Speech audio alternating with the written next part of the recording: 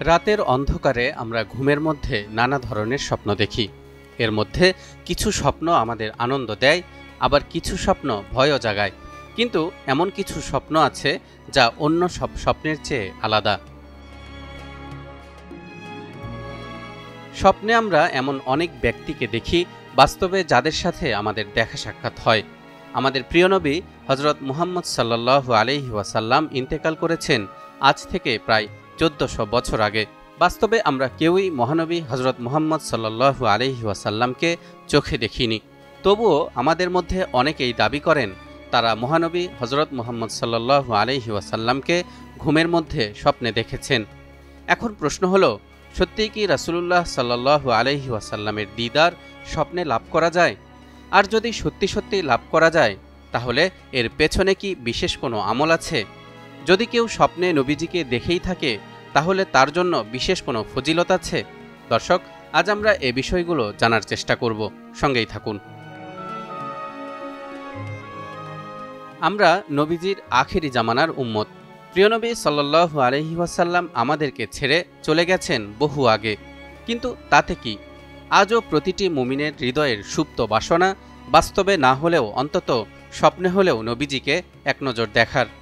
সত্যিই নবীপ্রেমিক উম্মতের অন্তরের এ বাসনা পূরণ হতে পারে স্বপ্নের মাধ্যমে। কারণ সহিহ হাদিসের মাধ্যমে জানা যায়, মহানবী সাল্লাল্লাহু আলাইহি ওয়াসাল্লামকে স্বপ্নে দেখা মানে তাঁকেই দেখা। রাসূল সাল্লাল্লাহু আলাইহি ওয়াসাল্লাম বলেন, যে আমাকে স্বপ্নে দেখল, শিগগিরই সে আমাকে জাগরণে দেখবে, অথবা সে যেন আমাকে জাগরণেই দেখল, আর শয়তান আমার রূপ ধরতে পারে না। এই হাদিস থেকে আমরা বুঝতে পারি রাসূলুল্লাহ সাল্লাল্লাহু আলাইহি ওয়াসাল্লামকে স্বপ্নে দেখা সত্যিই সম্ভব, এবং এটি বিশ্বাসের একটি শক্তিশালী প্রতিফলন। শয়তান এখানে কোনোভাবেই বিভ্রান্তি সৃষ্টি করতে পারে না।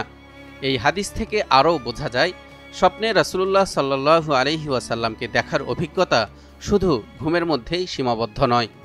এটি এক প্রকার আলোকিত প্রভাব, যা জাগরণেও প্রভাবিত হতে পারে। অর্থাৎ একজন সত্যিকারের ঈমানদারের জন্য এই অভিজ্ঞতা তার আত্মাকে দারুণভাবে প্রেরণা যোগায়।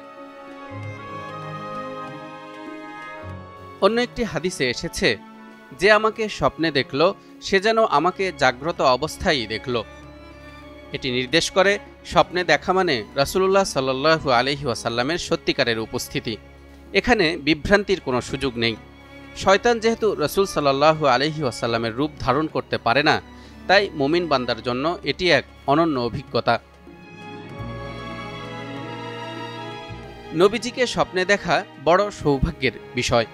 নবী প্রেমিকদের কাছে এর চেয়ে বড় প্রাপ্তি নেই। এখন প্রশ্ন হলো, কারা রাসূলুল্লাহ সাল্লাল্লাহু আলাইহি ওয়াসাল্লামকে স্বপ্নে দেখতে পারবে? এ বিষয়ে মনে রাখতে হবে, যে যাকে ভালোবাসেন, সব কিছুতে প্রিয়কে অনুসরণ করেন, সবসময় তার সাক্ষাতের প্রতীক্ষায় থাকেন, কেবল তিনিই তাকে স্বপ্নে দেখার সৌভাগ্য অর্জন করতে পারেন। সেই হিসেবে পূর্ণ ইসলাম পালনকারী ও সুন্নতের অনুসারীরাই কেবল রাসূলুল্লাহ সাল্লাল্লাহু আলাইহি ওয়াসাল্লামকে স্বপ্নে দেখতে পারেন। বেঈমানদের কেউ নবী করিম সাল্লাল্লাহু আলাইহি ওয়াসাল্লামকে দেখার দাবি করলে সেটা হবে বরাবরই মিথ্যা দাবি। নবী সাল্লাল্লাহু আলাইহি ওয়াসাল্লাম বলেন, যে আমাকে স্বপ্নে দেখল, সে আমাকেই দেখল, কেননা বিতাড়িত শয়তান আমার রূপ ধরতে পারে না। আর যে আমার উপর মিথ্যাচার করল, সে তার জন্য দোজখের আসন গ্রহণ করল।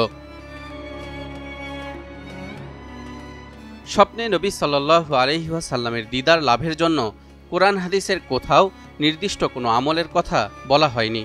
তবে অভিজ্ঞ ইসলামিক স্কলারগণের মতে, নবী করিম সাল্লাল্লাহু আলাইহি ওয়াসাল্লামকে স্বপ্নে দেখতে হলে তার প্রতি অন্তরে অধিক ভালোবাসা থাকতে হবে।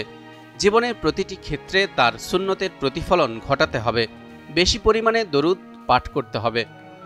আলেমগণ আরও বলেন, অধিক পরিমাণে দরুদ পাঠকারীরা পরকালে যেমন তার সুপারিশ লাভ করবেন, দুনিয়াতেও তাকে দেখার সৌভাগ্য লাভ করবেন। বিশেষ করে কেউ যদি প্রতিরাতে শোবার সময় অজু করে পাক পবিত্র অবস্থায় দরুদ শরীফ পাঠ করতে করতে নিদ্রা যান, তাহলে আশা করা যায় স্বপ্নে রাসূল সাল্লাল্লাহু আলাইহি ওয়াসাল্লামের জিয়ারত লাভ করার সৌভাগ্য হতে পারে ইনশাআল্লাহ। মহান আল্লাহ আমাদেরকে বেশি বেশি দরুদ শরীফের আমল করে প্রিয় নবী হযরত মুহাম্মদ সাল্লাল্লাহু আলাইহি ওয়াসাল্লামকে স্বপ্নে দেখার তৌফিক দান করুন। তালহা ইবনে রেজা, নিউজ 24।